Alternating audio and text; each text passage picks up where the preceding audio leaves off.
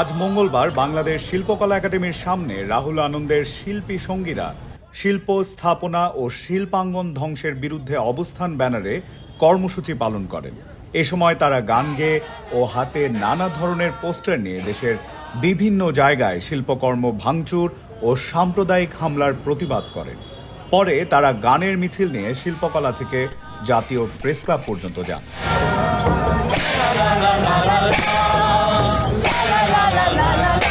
আমরা যদি এটাকে বিজয় বলে থাকি, বিজয়ের অর্থ তো এটা না ধ্বংস করা। আমরা কোনো ধরনের কোনো ধ্বংস চাই না, সেটা মানুষের মৃত্যুর থেকে শুরু করে স্থাপনা হোক, ভাস্কর্য হোক, মিউজিয়াম হোক, কোনো কিছু ধ্বংস আমরা চাই। এর সব হচ্ছে রাষ্ট্রীয় সম্পদ, আর মানুষের জীবন খুবই গুরুত্বপূর্ণ। আমরা কোনো মানুষের যে হেনস্থা করা, বাড়ি ভাঙা, বাড়িতে আগুন দিয়ে দেওয়া, এগুলোর আমরা ভীষণভাবে বিরুদ্ধে। আমরা এটা চাই না। আমরা একটা সুন্দর ভবিষ্যৎ দেখতে চাই, আমরা একটা সুন্দর দেশ দেখতে চাই, একটা বৈষম্য, সত্যিকার অর্থে বৈষম্যের কথা যদি বলা হয়, বৈষম্যহীন একটা রাষ্ট্র দেখতে চাই।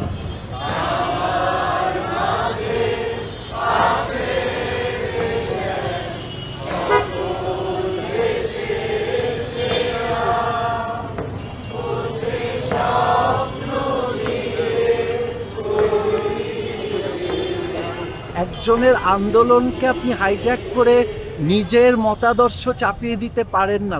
কেন গণভবনে মানুষ ঢুকে এরকম লুটপাট করবে? কেন সংসদ ভবনে মানুষ ঢুকে লুটপাট করবে? কেন 32 নম্বর মানুষে আগুন দিয়ে দিবে? মানে এইটা তো এক ধরনের একটা দেশের ইতিহাস। আপনি তো দেশের ইতিহাসকে মুছে দিতে পারেন না।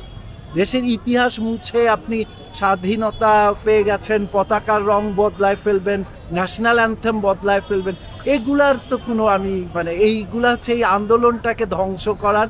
এর যে সুফল আমরা পেতে চাচ্ছি, সেখান থেকে মানুষকে ডাইভার্ট করে অন্যদিকে নিয়ে একটা জানি না, আমরা বিজয় এখনই বলতে পারছি না। আসলে বিজয়টা যখন সত্যি হবে, তখন আমিও এই বিজয়ে বলতে চাই যে আমরা বিজয় লাভ।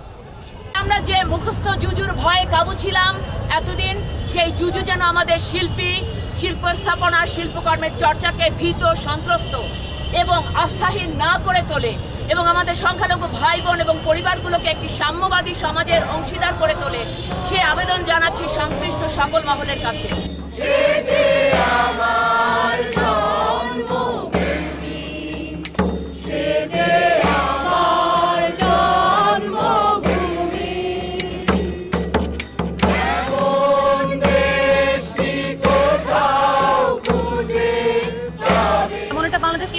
সবাই একসাথে শান্তিপূর্ণভাবে স্বাধীনভাবে বসবাস করতে পারবে।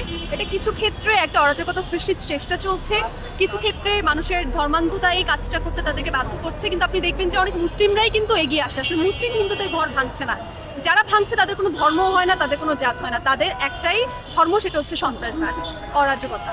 সো আপনি যদি দেখেন নেগেটিভটাও দেখতে পারেন, কিন্তু আমি বলবো পজিটিভের দিকে বেশি তাকান।